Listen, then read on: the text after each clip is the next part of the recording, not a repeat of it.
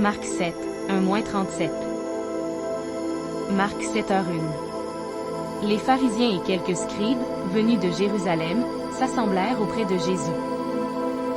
Marc 7h02. Ils virent quelques-uns de ses disciples prendre leur repas avec des mains impures, c'est-à-dire, non lavées. Marc 7h03. Or, les pharisiens et tous les juifs ne mangent pas sans s'être lavés soigneusement les mains, conformément à la tradition des anciens. Marc 7h04. Et, quand ils reviennent de la place publique, ils ne mangent qu'après s'être purifiés. Ils ont encore beaucoup d'autres observances traditionnelles, comme le lavage des coupes, des cruches et des vases d'airain. Marc 7h05. Et les pharisiens et les scribes lui demandèrent, « Pourquoi tes disciples ne suivent-ils pas la tradition des anciens, mais prennent-ils leur repas avec des mains impures ?» Marc 7h06. Jésus leur répondit, « Hypocrite, Ésaïe a bien prophétisé sur vous, ainsi qu'il est écrit, « Ce peuple m'honore des lèvres, mais son cœur est éloigné de moi. » Marc 7h07. C'est en vain qu'il m'honore, en donnant des préceptes qui sont des commandements d'hommes. Marc 7h08. Vous abandonnez le commandement de Dieu, et vous observez la tradition des hommes. Marc 7h09. Il leur dit encore, vous anéantissez fort bien le commandement de Dieu, pour garder votre tradition. Marc 7h10.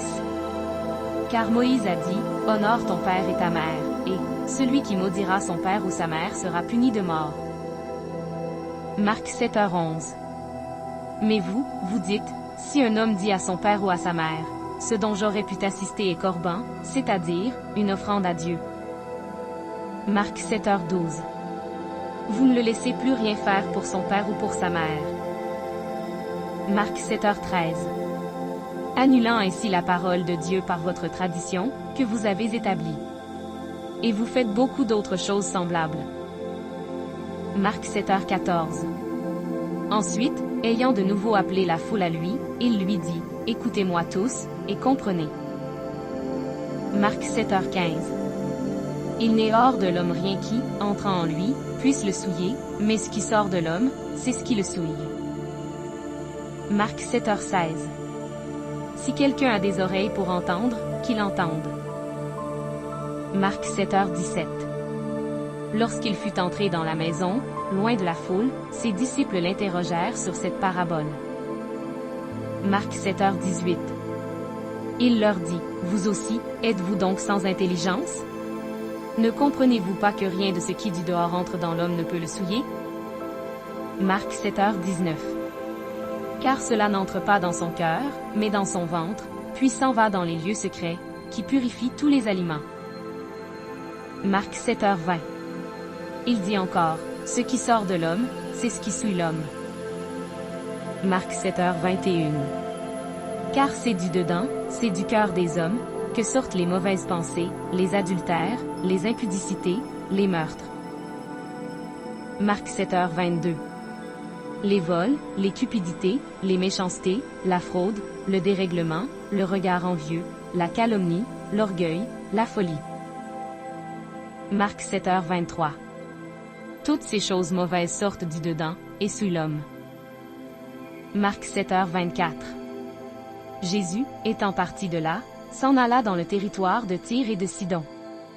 Il entra dans une maison, désirant que personne ne le sût, mais il ne put rester caché. Marc 7h25.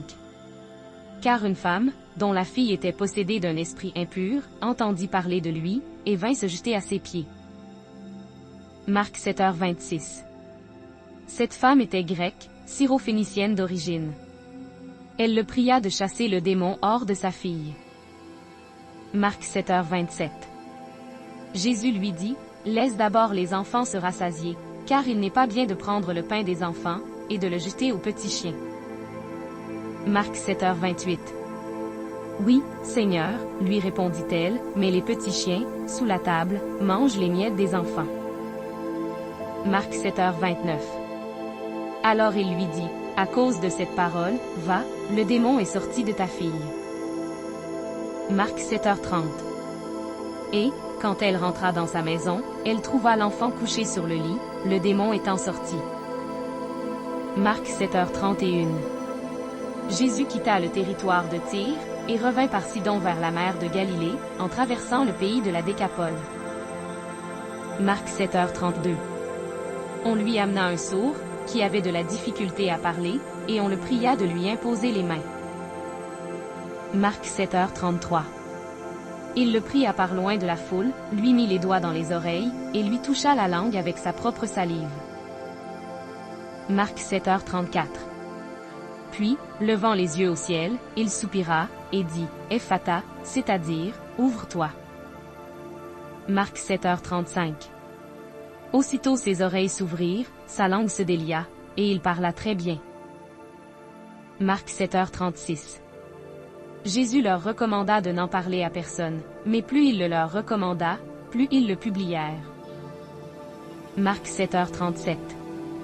Ils étaient dans le plus grand étonnement, et disaient, il fait tout à merveille, même il fait entendre les sourds, et parler les muets.